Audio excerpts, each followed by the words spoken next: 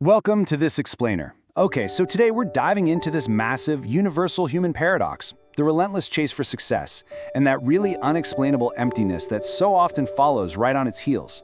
I mean, think about it. We spend our entire lives chasing achievements, absolutely convinced they'll finally satisfy us.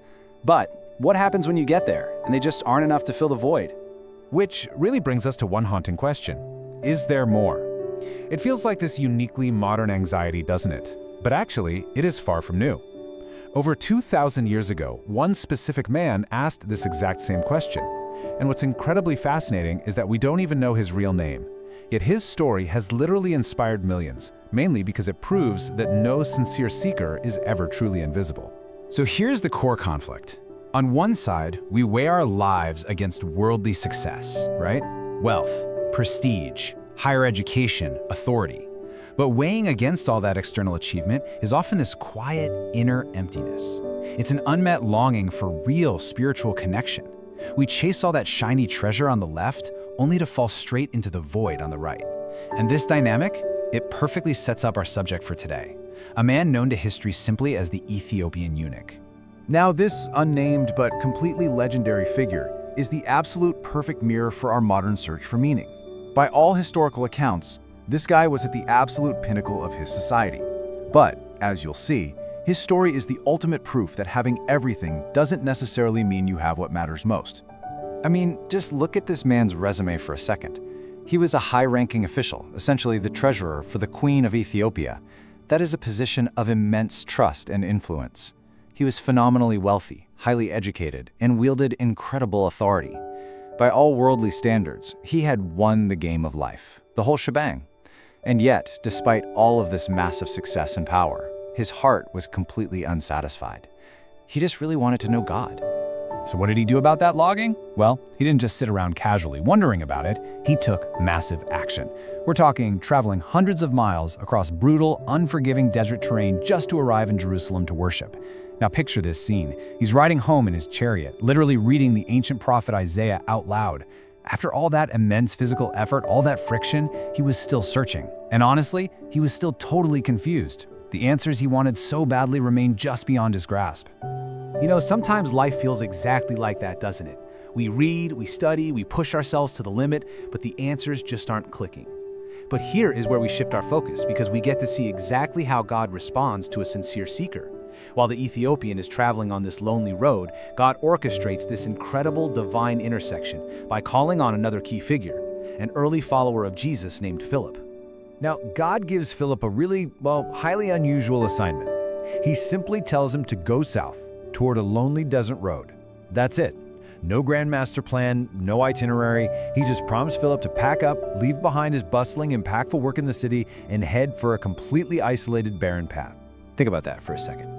No crowds, no city, zero audience. Just an empty, dusty road stretching out across the wilderness. The sheer isolation of this assignment really highlights Philip's faithful obedience. I mean, he went without having a clue who or what was waiting for him out there. He just completely trusted the process.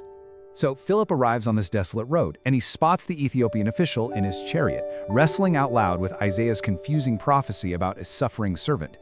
And at that exact moment, the Holy Spirit prompts Philip to literally run alongside this moving chariot. Jogging beside the chariot, out of breath, Philip asks this incredibly simple yet totally piercing question. Do you understand what you are reading? It's brilliant. It cuts right through the noise, right to the heart of the Ethiopian struggle. Notice he doesn't ask about the guy's royal status or his obvious wealth. He goes straight for the understanding. And the official's response? It is honestly breathtaking. He says, "How can I unless someone guides me?" Just pause and notice the incredible vulnerability here.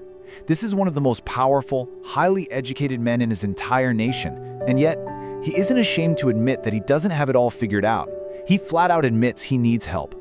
And that right there brings us to a fundamental human truth. Pride, more often than not, keeps people from discovering the truth. If the official had let his ego take the wheel, if he had pretended he understood the text just to save face in front of some random stranger jogging on the road, he would have missed the single most important encounter of his life. Pride completely blinds us. But instead, humility opens the door. Actually, scratch that. It throws the door wide open. Because of his willingness to be guided, Philip climbs right up into the chariot. And right there, rumbling down a dirt road in the middle of nowhere, Philip begins to explain the scriptures. He shows this official how Isaiah's ancient words pointed directly to Jesus Christ's sacrifice, his death, and his resurrection. And suddenly, bam, the momentum shifts. It's like a giant puzzle, and all these scattered pieces finally lock into place. For the Ethiopian, these ancient, confusing scriptures transform into living, breathing truth right before his very eyes. It's this total, undeniable moment of revelation. So how does the official react? It is entirely unfiltered and so enthusiastic. They happen to pass a body of water, and he literally shouts, "Look, here is water! What can stand in the way of my being baptized?" His newfound faith completely bypassed any lingering worries about his elite status, or what his peers back home might think. The truth moved him to immediate, decisive action. So, the chariot stopped. And right there, Philip baptized him. Just take a moment to really appreciate the quiet, profound nature of this scene. You have a high-ranking royal treasurer and a faithful messenger standing in a pool of water on an isolated desert road. It's a completely life-altering moment happening in total, utter obscurity.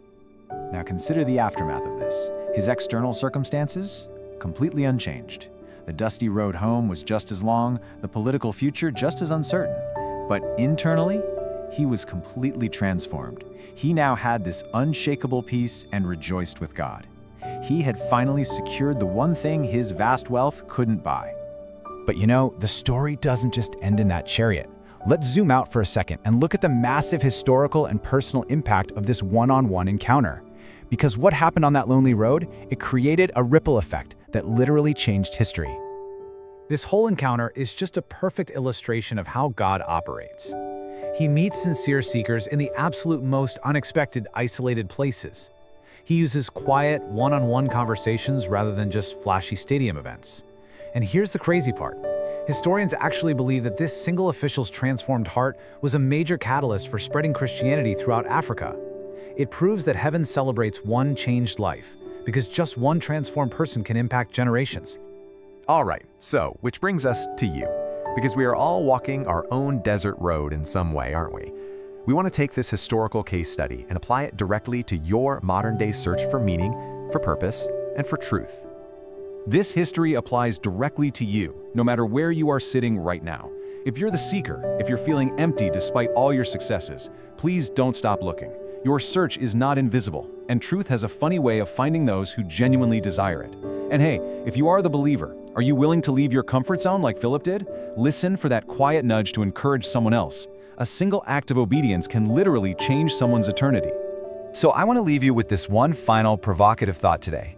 Whether you are actively searching for answers yourself, or maybe you have truth to share with someone who is, whose desert road are you being asked to walk?